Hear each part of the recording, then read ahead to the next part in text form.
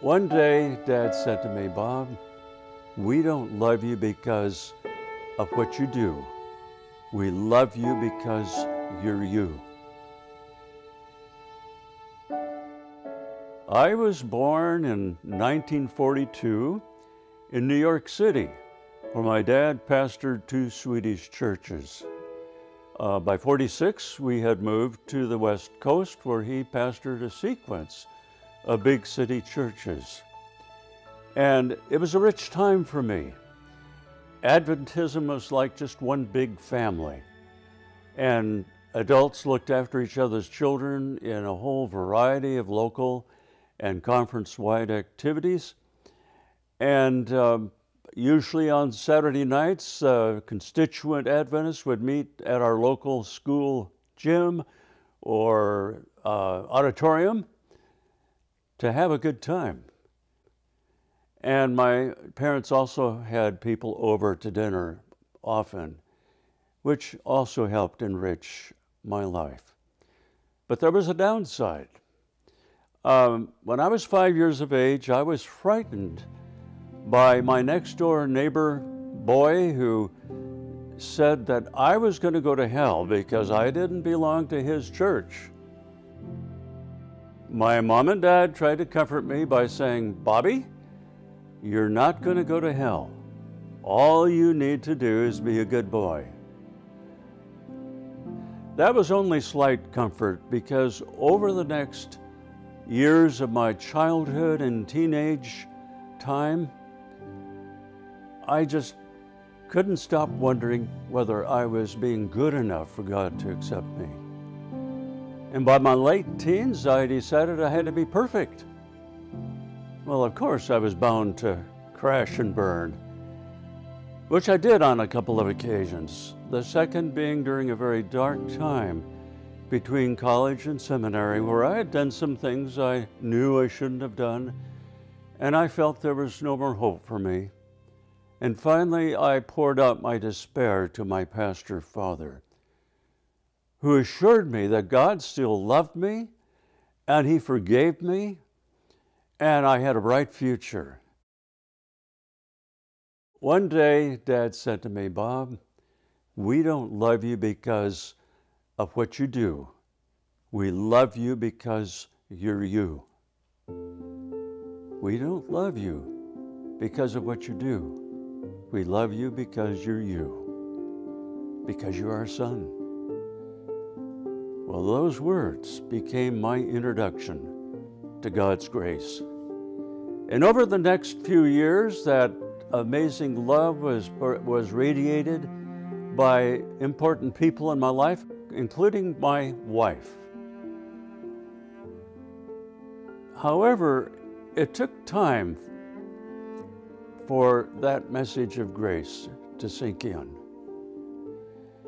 I was ordained in 1973, and only 2 or 3 years later I had to resign, partly because of the remaining grip of legalism, and also because I had worked myself so hard I became ill. Mainly because of my introverted nature, my introverted skill set. Over the next 11 and a half years, I exposed myself to a whole array of rich emotional, social, and spiritual resources. Resources through which God was able to completely transform my life to the point where I could become the kind of pastor I needed to be, a pastor who could share God's love and grace and acceptance to the most desperate person. The other profound act of God's grace and providence was the gift of my wife. I had come within 2 or 3 months of finishing my seminary work without any prospects for marriage. And I was introduced to Noreen, who became my wife within 7 months. It was a perfect fit. Without her, I probably would not have survived in ministry or grown towards my potential as a pastor, husband, or father. And after 53 years of marriage, we are immensely proud of our son Carl, who married for the first time in 2019, and with his lovely wife Valerie, gave us our first grandchild, sweet Violet Mary, born in early 2022. In 1987, I became a hospital chaplain. And over the next 22 years, I continued to grow emotionally and spiritually. And the centerpiece of my ministry were two stories.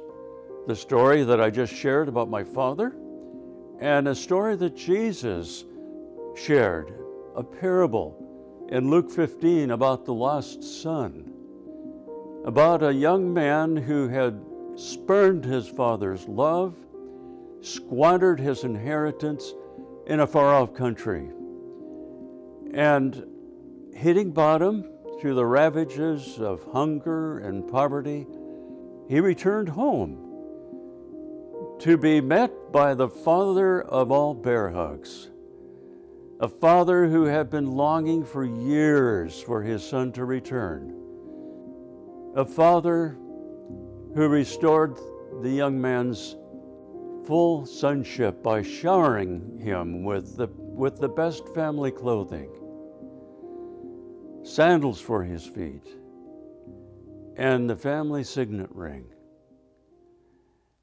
And he shouted to his servants, "Let's have a feast and celebrate, for this son of mine who was lost is now found. He who was dead is now alive." And they began to celebrate. And I would tell my patient at that point that Jesus told that story to tell us that no matter what we've done, no matter how awful, no matter what's happened to us, nothing can change how passionately God loves us. At that point, it was not unusual to see tears streaming down my patient's face. I would say that it's very important that you arrive at an accurate view of who God is. If you're feeling that God loves you and unconditionally accepts just you who you are, that's God. And you can feel free to come to Him just like you are. You don't have to change yourself first, any more than a patient has to get well before going to the doctor. And then God can do the work of transformation. He can even help you to be willing, to be made willing. All I can say at this point is that over the last 80 years, God has been so good. God has been good.